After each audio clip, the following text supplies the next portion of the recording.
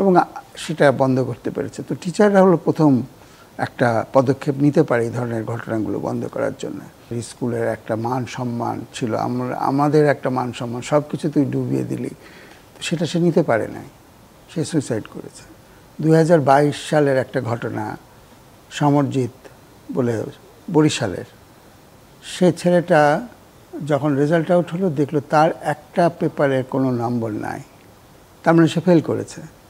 সেও ক্লাসে ভালো করতো, কোনোবার ফার্স্ট হয়েছে, কোনোবার সেকেন্ড হয়েছে, এবং সেটাও সে নিতে পারে নাই, সে সাথে সাথে সুইসাইড করেছে।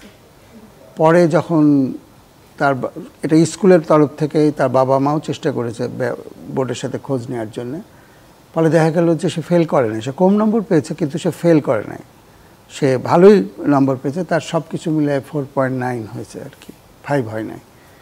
কিন্তু এইটা দুটো জিনিস আছে, একটা হলো যে আমি যদি অসন্তুষ্ট হই আমার রেজাল্টে, আমি কত তাড়াতাড়ি এটা বোর্ডের কাছ থেকে গিয়ে সেখান থেকে পাবো, এটার প্রসেস যেটা আছে এটা খুবই কম্বারসাম প্রসেস।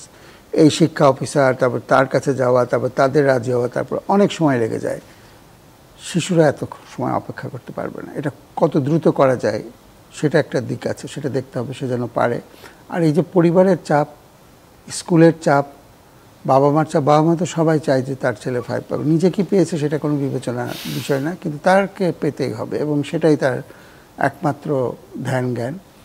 এবং আরও দুটো কেস আমি বলি, যেমন এই দিনটা তো আপনি জানেন আজ থেকে যেহেতু আগে থেকে ঘোষণা হয়ে যায়, এটা মিষ্টির দোকানদারদের খুব লাভ হয়, তারা সমস্ত মিষ্টি বানায় রেখেছে এবং কালকে 12টার মধ্যে রেজাল্ট যদি আউট হয়ে যায় 12টার মধ্যে সব মিষ্টি শেষ হয়ে যাবে। এটা খুব উদযাপনের একটা ব্যাপার আছে। আমি যে দুটো কেস বলবো সে দুটো হলো যে তাদের রেজাল্ট মনের মতন হয়নি, তারা বাড়ি এসে দেখে তার বাবা মা বেড়াইতে গেছে, বাড়িতে নাই কেউ। তারা এত খারাপ লেগেছে তাদের শূন্য বাড়িতে থাকা, এই দুইজনে আত্মহত্যা করেছে। এবং ওই সময় তো বাবা মা অভিভাবকদের খুব কাছে থাকা উচিত, তাদেরকে কথা বলা উচিত, তাদের শোনা উচিত এবং তাদেরকে অভয় দেওয়া উচিত যে না, তোমার পরীক্ষার ফলাফল যদি খারাপ হয় তবু আমরা তোমার সাথে আছি, তোমার তো এটা জীবনের শেষ না। আমাদের অনেক প্রতিভাধর ব্যক্তি আছেন যারা বিখ্যাত হয়েছেন, তারা জীবনে একবার দুইবার ফেল করেছে, কোনোটাতে পাশ করতে পারেনি। যে ভারতের রাষ্ট্রপতি ছিলেন এপিজে আবুল কালাম, উনি তো জীবনে 2বার ফেলই করেছে, কিন্তু তারপরেও তো ওনাকে কেউ করতে পারে নাই। এই গল্পগুলো বলা দরকার। বিশেষ করে আমার কাছে যেটা মনে হয় যে এসএসসি রেজাল্ট বা এইচএসসি রেজাল্টের আগে অভিভাবকদের সাথে টিচারদের বসা উচিত, যে পরীক্ষার্থীর অভিভাবকদের, তাদেরকে বলা উচিত। এবং টিচাররা কিন্তু বুঝতে পারে কে রেজাল্ট খারাপ করতে পারে, কার মন খারাপ আছে, এটা শিক্ষকরাদের চাইতে বেশি আর কেউ বুঝে না। বাবা মাও আজকাল অত সময় দেয় না, কিন্তু শিক্ষকরা প্রচুর তাদের কাছেই থাকে, তারা বুঝতে পারে। তাদের যদি এইটা তারা সহানুভূতি, আমি ইংল্যান্ডের একটা কথা বলে শেষ করব। একজন টিচার, সে একটা পার্স ফেলে গিয়েছিল স্কুলে, তারপর সেটা নিতে আসছে, এসে দেখে গেটের কাছে বসে একটা মেয়ে বসে আছে।